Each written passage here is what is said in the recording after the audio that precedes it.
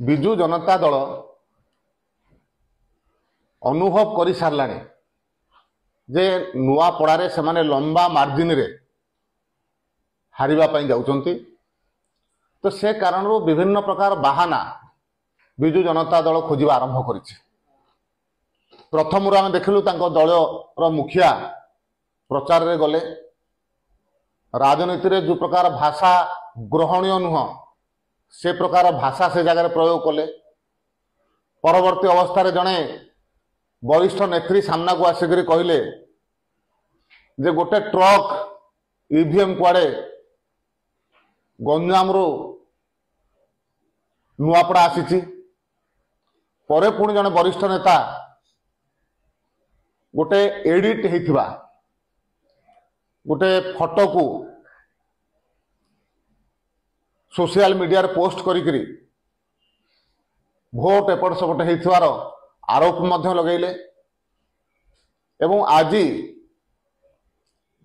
से माने नुआपड़ावासी जो प्रकार भोटिंग कले गणतंत्र को सम्मान देकरी ता ऊपर मध्य प्रश्न उठेबा आरंभ करिसंती। मोर तांको प्रश्न भारतीय जनता पार्टी एका लड़ू नथला 14 प्रार्थी से जगार थिले। विजु जनता दल मध्य निजको कहूची जे आमे श्रृंखलित एवं कोडे बड़ दल बोली।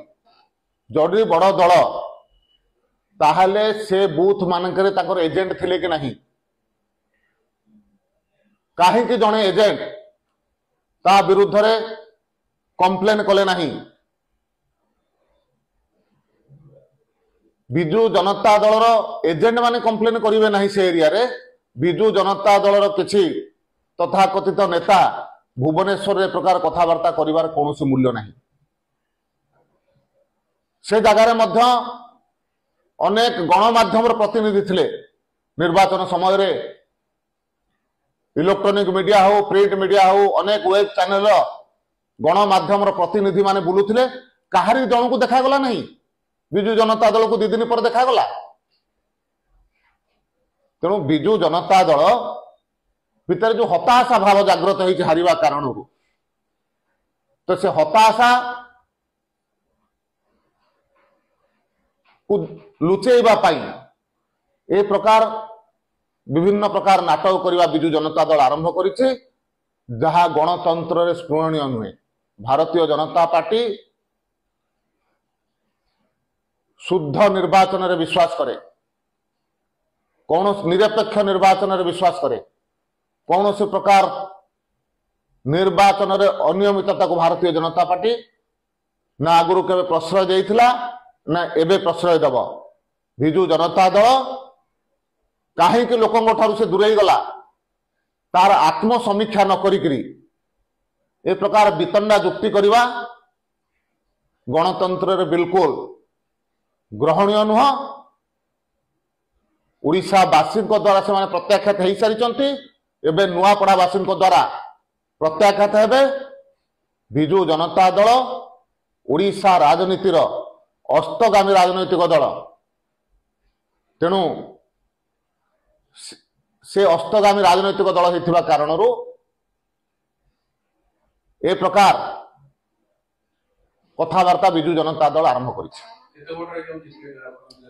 या पूर्व मु कहिथिली नुआपड़ा इतिहास रे भारतीय जनता पार्टी सर्वाधिक निर्वाचन आज पर्यंत जेते निर्वाचन होइछि जेतिक मार्जिन रे केही जिति नाहांती ताठारो अधिक मार्जिन नहीं सर्वाधिक मार्जिन नहीं भारतीय जनता पार्टी नुआपड़ा रे निश्चय विजयी हम।